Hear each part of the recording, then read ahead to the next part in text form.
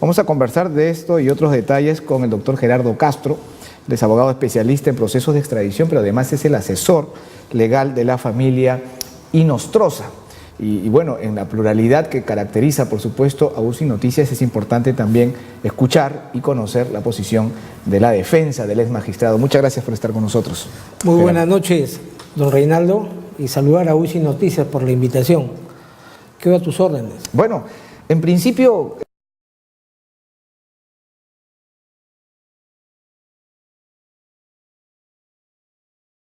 Todas las bancadas también.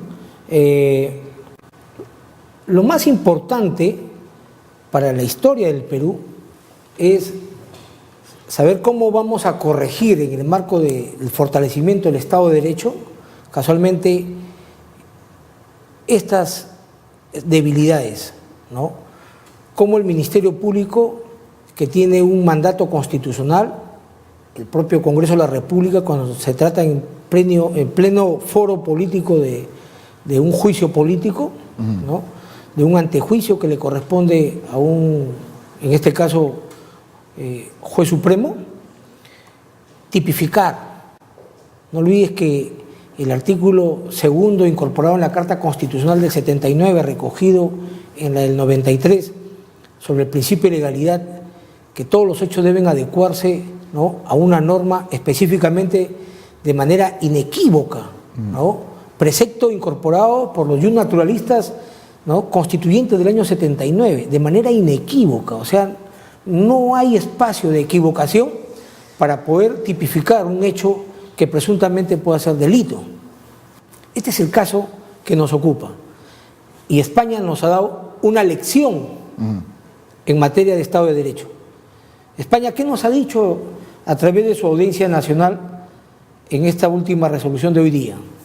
Nos ha dicho de que no es posible que un juez supremo sometido a un juicio político, en foro político, en el Congreso de la República, como un presunto líder de una organización criminal, y el resto de los miembros del Consejo Nacional de la Magistratura los hayan excluido. Es decir, prima facie no hay organización criminal para la Audiencia Nacional, para la justicia española. Pero además, como lo dice la parlamentaria, la congresista letona, los medios de prueba individuales de cada uno de los miembros del Consejo Nacional de la Magistratura, ¿no?, respecto al delito de patrocinio ilegal, al posible delito de tráfico de influencias, ¿no?, de negociación incompatible, que eran individuales, ¿no? En uno participaba un miembro del CNM con el caso Chan Recuay. En el otro participaba Walter Ríos en el caso del nombramiento, la designación de una trabajadora familiar, ¿no?, pariente de un miembro del CNM. En otro caso, otro miembro del CNM para designar a un trabajador CAS en la Corte Suprema. Entonces más parecían casos aislados. Casos aislados. Entonces, cada caso aislado se presentó, cada uno con su medio de prueba. Entonces, la Corte, el foro político, ¿qué dijo? En estos casos no es organización criminal, específicamente. Entonces, ¿por qué había que extraditar? ¿Por qué había que entregar, dice la justicia española, a una persona como líder de una organización criminal que no existe? ¿No? Se entiende. Entonces, ahora, claro, la opinión pública a veces tiene un sentimiento, ¿no? Pero aquí son argumentos meramente legales. Por supuesto. Lo que se están esgrimiendo. Aquí lo que estamos viendo es que el Perú frente a la justicia española. Acá no estamos viendo el Congreso de la República, el Ministerio Público del Perú o el Ministerio de Justicia del Perú. Acá estamos viendo el Perú como Estado, ¿no?, solicita una extradición al Reino de España, y la Audiencia Nacional nos ha dado una clase, ¿no?, de Estado de Derecho, de tipificación de vida, ¿no?, de imputación de vida, que no corresponde entregar a un extraditurus por un delito en el cual para la justicia española no está tipificado, ¿no? Pero, no, y algo más, o sea, nosotros advertíamos,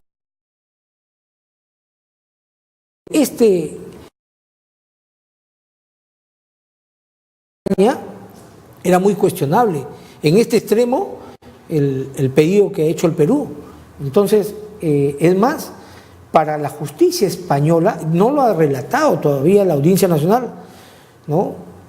Más aún, aplicando la doble instancia en este recurso de súplica, se van a evaluar, porque ambas partes han decidido presentar su recurso de súplica, su impugnación. Sobre eso quería hacer la segunda pregunta. No solamente apela el Estado peruano, a través del Procurador Anticorrupción que ha mencionado, bueno, todavía esto es apelable, incluso el congresista Mauricio Mulder es el que dice, no vale tanto la pena discutir sobre una resolución que va a ser apelada. Pero hay una apelación también por parte de la defensa. Exacto. La defensa también va a apelar respecto a los tres delitos de bagatela. Claro, claro. ¿No? Aunque son delitos de bagatela. ¿Qué suerte pueden seguir estas apelaciones? A ver. Tanto la de un lado como la de la defensa, ¿no? Por ejemplo, en el caso de patrocinio ilegal, la Audiencia Nacional ha desarrollado, para quedar bien también con la justicia peruana, que si bien no hay un nomen juris, o sea, es decir, no hay un delito tipificado como patrocinio ilegal, ¿no? Los hechos sí constituyen delito de tráfico de influencia. El caso de Chan Recuay, por ejemplo, ¿no? Y lo ha relatado la Audiencia Nacional conforme a la jurisprudencia española, ¿no? Sí, en verdad, para un proceso de extradición, uno de los principios que informan este modelo de cooperación entre ambos estados, sí prevalece en el marco de la doble incriminación, ¿no? La identidad normativa y también que los hechos constituyen delito en ambos estados. Acá no ha habido una identidad normativa, pero sí los hechos, dice la Audiencia Nacional, que constituyen delitos en el caso de Chan Recuay, ¿no? Acá yo creo que la parte de Inostroza va a continuar la misma tesis relacionada, por ejemplo, con la prueba defectuosa, ¿no? Que es un argumento contemplado en el Tratado de Extradición, la prueba defectuosa. La prueba defectuosa, decía Miranda Strampes, doctrinario español, que es la prueba que no cumple los estándares legales, ¿no? Que es la prueba que, por ejemplo, forzada, que ha sido obtenida ilícitamente, ¿no? Sin haber, según la defensa de Inostroza en España, sin haber obtenido la autorización de un juez supremo a pedido de un fiscal supremo en el caso de las interceptaciones de las comunicaciones, por ejemplo, ¿no? Ellos van a continuar en esa línea, ¿no? En esa teoría del caso. Ellos van a continuar sobre la ausencia de probatoria, ¿no? En estos tres delitos, pero también el caso de el pedido de asilo territorial terminó en el ámbito administrativo, pero ellos han ingresado al ámbito judicial y esto terminará, sabe Dios, en el Tribunal Europeo de Derechos Humanos. Y este proceso de extradición seguramente terminará también en la justicia constitucional española, en el Tribunal Constitucional. O sea, puede español. dilatarse todavía más. Por supuesto. Porque no hay extradición hasta que haya ya una sentencia definitiva. Exacto, ¿no? Hasta que no haya una firme. Una firme, ¿no? De acuerdo. Ahora, pues ¿de cuánto tiempo estamos hablando, calculando? Más de un año. Más de un año. Sí. Claro, que igual es mucho más rápido que el proceso, y sobre eso quería preguntar en condición de especialista en procesos de extradición del expresidente Toledo, ¿no? Donde la situación es mucho más compleja, ¿no? Sí. Por las relaciones que existen al respecto con los Estados Unidos. Porque primero empezó con el caso de Ecoteva y presentaron un expediente al Departamento de Estado, el caso Ecoteva, pero después quisieron acumular el caso de Lavallato, donde ya se encontró los depósitos bancarios a través de Maiman, ¿no? Entonces, eso dilató. Luego, la justicia peruana aprobó una nueva resolución consultiva, acumulando ambos procesos y presentándolos nuevamente ante el Departamento de Estado en Estados Unidos. Aún el cuaderno del pedido de extradición del Perú está siendo evaluado en el Departamento de Justicia, que es el primer nivel de evaluación de un requerimiento de extradición. Estados Unidos tiene un modelo de evaluación en nuestras extradiciones mucho más extenso, ¿no? O sea, Estados Unidos evalúa, por ejemplo, cuál es el comportamiento de la clase política. Estados Unidos todo el contexto. Claro, Estados Unidos seguramente va a evaluar en el marco de la pasión política, ¿no? que genera este proceso de extradición, por ejemplo, lo que ha sucedido con el presidente Alan García. ¿No? Ahora, ¿el presidente Vizcarra podrá cumplir con su promesa o en realidad se entusiasmó demasiado, se aventuró cuando él dijo que antes de terminar su mandato, en el 2021, Toledo iba a estar aquí? ¿Eso fue un lapsus? ¿Qué cosa fue eso? Yo creo, como hombre de Estado, que el presidente Vizcarra ha estado mal aconsejado, porque estas declaraciones en materia de extradiciones son evaluadas por el Estado requerido. Por ejemplo, uno de los argumentos de la defensa de Inostroza en España es las declaraciones del presidente Vizcarra. Lo escuchamos todo. Es decir, que es un delincuente que ha conversado con el presidente del Reino de España. Entonces, eso es mal visto. Claro, no, y llamó la atención que pocos días después, en un mensaje a la Nación, reiteró el asunto, ¿no? Entonces, como que estaba dándole argumentos de defensa, ¿no? Un poco contraproducente, digamos, por decirlo menos. Eso es mal visto en estos estados donde impera la ley, por sobre encima de los intereses de las personas, los partidos políticos. En Estados Unidos también. En Estados Unidos no le puedes imponer a los americanos un plazo. No puedes decir que antes del 21 no, se va a extraditar a Alejandro Toledo. Eso es nefasto.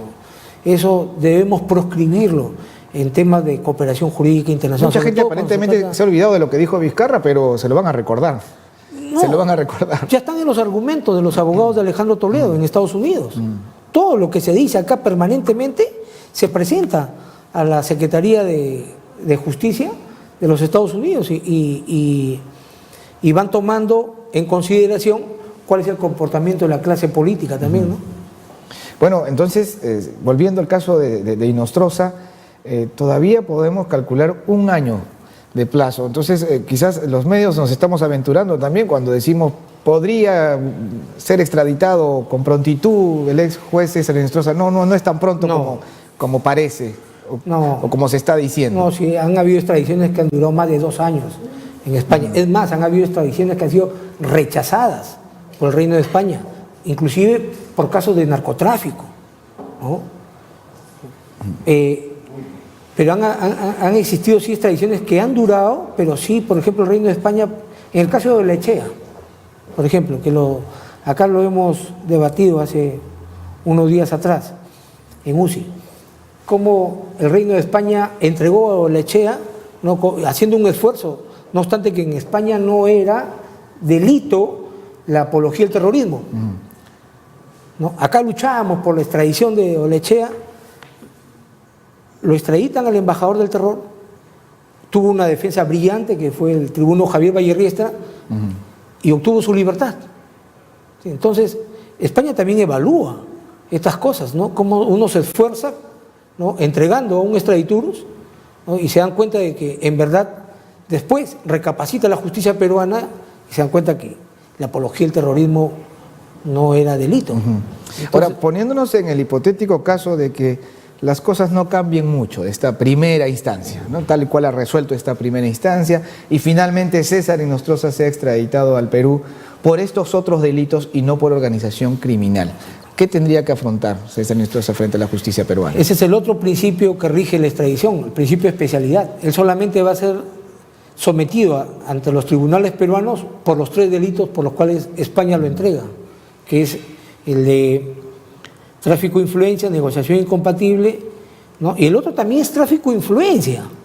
España, la Audiencia Nacional lo ha tipificado como tráfico de influencia, pero acá en el Perú es patrocinio ilegal y sería sometido a un proceso penal por estos delitos. Por el delito de organización criminal ya no. Y como van las cosas, como he leído la resolución, como ustedes lo han difundido también acá, en un Sin Noticias, bien difícil que el delito de organización criminal pueda prevalecer. Y algo más, acabo de escuchar las declaraciones del fiscal Chávez Cotrina, que se puede ampliar el delito de organización criminal. El delito de organización criminal pueden ampliarlo por otros hechos distintos por los cuales se ha requerido, ¿no? Que va a ser bien difícil también acá en el Perú, ¿no? A él lo han requerido como líder de una organización criminal, vuelvo a repetir, y no hay organización criminal. De acuerdo. Muchísimas gracias entonces por haber estado con nosotros. Hemos estado conversando con Gerardo Castro, especialista en procesos de extradición, pero además asesor legal de la familia Inostroza. Nos vamos a una nueva pausa, volvemos con mucho más. Estas son las noches informativas de UCI Noticias.